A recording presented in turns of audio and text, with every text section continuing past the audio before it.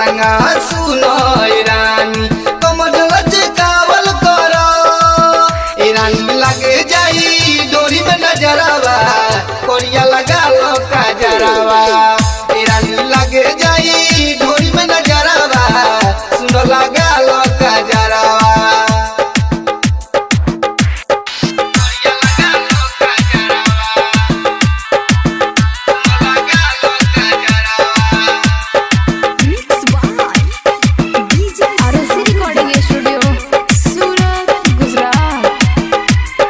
चढ़ल बा जवानी जन चहल सीना तान के जादू जी के टोला होले जाय कोनो टांग के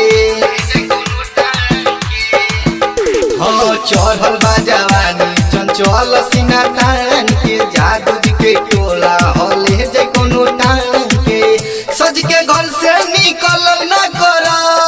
हो सज के रोड पर निकल ना करो ए रानी लगे जाई ढोरी में नजरवा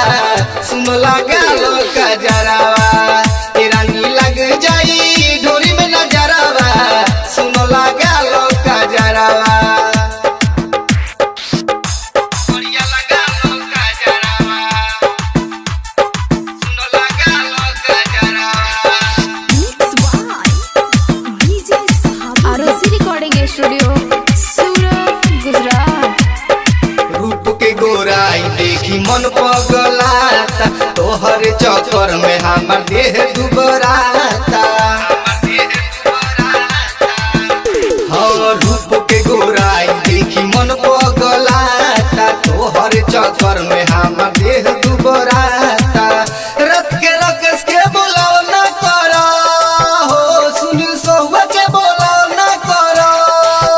ए रानी लगे जाई ढोरी में नजरवा सुन लगा लो काजरवा ए रानी लगे जाई ढोरी में नजरवा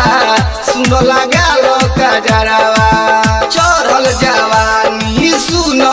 रानी ऐसे जन देखावल करो हो ओहिर के लहंगा सुनो रानी कमर लचकावल करो ए रानी लगे जाई डोरी में नजरवा कोरिया लगा लो काजरवा